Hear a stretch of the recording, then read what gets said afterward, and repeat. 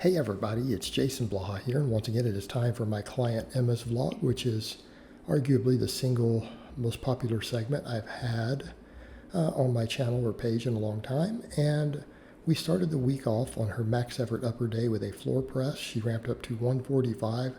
I didn't put up her miss. She went for a pretty sizable PR after that because it felt obtainable, and so she went up like 11 pounds and missed it. So I didn't put that up because the 145 was good, but just for the sake of transparency, I will mention that it was done. All right, afterwards, we did pause benching, right, for sets of 10. Then we did incline pause benching for sets of 10. Again, trying to work her upper chest, her shoulders, all of that, because she cares a lot about her shoulders, which is why I let her work them. With additional exercises like lateral raises. As we discussed, that is her one vanity muscle that we focus on developing that is not necessarily directly related to her performance and strength. But the incline helps carry over into that. Plus, her incline bench is noticeably weaker than her flat bench, so I thought we'd spend a little time bringing it up. And I'm not saying we have to do that. It's just a way that we can sometimes more well-round strength a little bit. All right, so after all of that pressing, we do chin-ups. All right, we do chin-ups. And people will notice I don't have her doing a lot of tricep work right now other than band work. And so why? Well, because her triceps are not a weak link. If I have a lifter who clearly needs more triceps, we do tricep work. But if that's not the weakest link in their bench, then I prefer to have them do almost exclusively band work. And the reason for the band work, it will make the elbow tendons healthy. It will help develop resilience when dealing with heavier tricep exercises, free weight ones. And so I would rather them use their tricep work in those phases to help build up the tendons and work capacity, so that if we do need to do some tricep specialization again later in the future, we can just rotate it in, and their elbows are in a great position to do so. They have additional hypertrophy of the tendons around the elbow from all the band work. And just good work capacity and recovery there. So if we need to add in heavy skull crushers or JM presses, we can simply do so, right?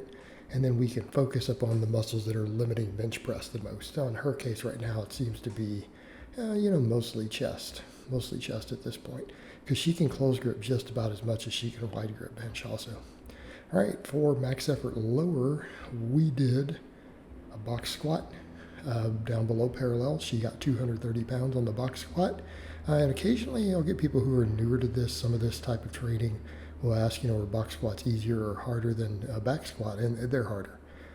The vast overwhelming majority of people lift less weight on a box.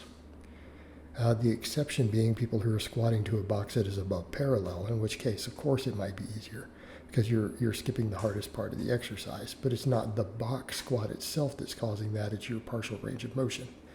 All right, so afterwards, she does cambered bar good mornings. We're doing dumbbell lunges for now until they get their belt squat in. Now they've got this new pretty gym. They have their own room that is just for the gym, which I really like that.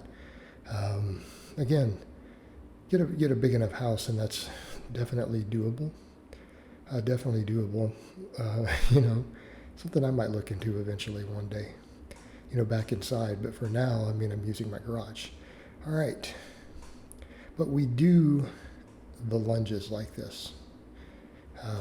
Again, and this is a temporary fix. I rotate through different isolateral leg movements for her because sometimes she gets some overuse issues from it. And so we do this. And of course, we do things like this that unload the spine so that we can develop the legs without additional axial loading. That gives us a lot more wiggle room in other movements that we can do. I don't like to have most of my lifters do a lot of volume squatting. Some do, but it's relatively rare. And it's just not necessary. I've gotten people up past 600-pound squats without doing so. All right, afterwards we do glute ham raises, reverse hyperextensions, hanging leg raises. These are all lifts that I love. They're lifts that I program regularly for clients, if they have access to the appropriate equipment to do so. So, what sort of stuff do I do for people who don't? When I get people who say, well, what if I don't have any of that? What if I just have a barbell? Well, we'll do various good mornings, Romanian deadlifts, split squats, lunges, and things with a barbell. right? But if you only have a barbell, then you better make sure that your shoulder health is on point. You have to pay close attention to that because you're going to have a bar up on your back a lot. In some of those cases, we might even do some front squats. There's glute bridges, hip thrusts. There's a lot of different tools that we can use in that situation. All right, so it's nice to have all these tools. They're not essential, but they do make things easier. They do allow for better stimulus to fatigue so that we get better recovery. They do allow us to work certain angles better than we could get with just, normal barbell stuff. So just be aware, they exist for a reason. All right, dynamic effort upper day, speed bench against bands. Now that she got proper band pegs, she's like, oh, it's so much easier to set everything up than the plates they used for a very, very long time. All right, after the speed benching, we do incline benching. And, again, this is just for shoulders right now. If I wanted to bring her pecs up further, I might take this over to dumbbell work, right? We could always do dumbbells here in this place. But again, working a little more upper chest and focusing on that incline. And then we'll rotate other stuff back in. All right. For additional supplemental work beyond that, then we do lateral raises, right? We do chin-ups. We do band press downs. Again, as previously noted in most of these vlogs, she really cares a lot about having that round delt. She wants nice round big delts. That's the former bikini competitor in her, still kind of likes to see that, without dealing with the emaciation that she had to deal with, which is again the downside of bikini competition. And that's a whole nother topic.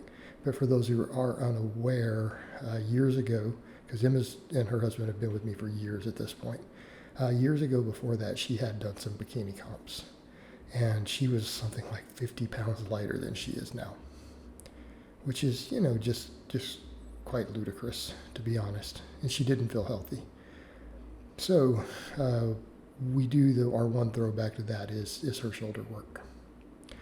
Which makes sense. Anyone who's ever done that sort of competition knows the importance of delts just to finish out that look. So again, we always throw some delt work in for her, just for that reason. And then everything else, we just focus upon being strong, being really strong, being fit, being explosive, which is, what we're seeing here with all of this work. Dynamic effort, lower day, we're doing speed box squats against bands. We're doing speed, I believe, conventional pulls this block. Good mornings, glute ham raises, reverse hyperextensions. All right, guys, but that's really all I have to say on that today. I hope it's been informative, and I'll talk to you guys next time.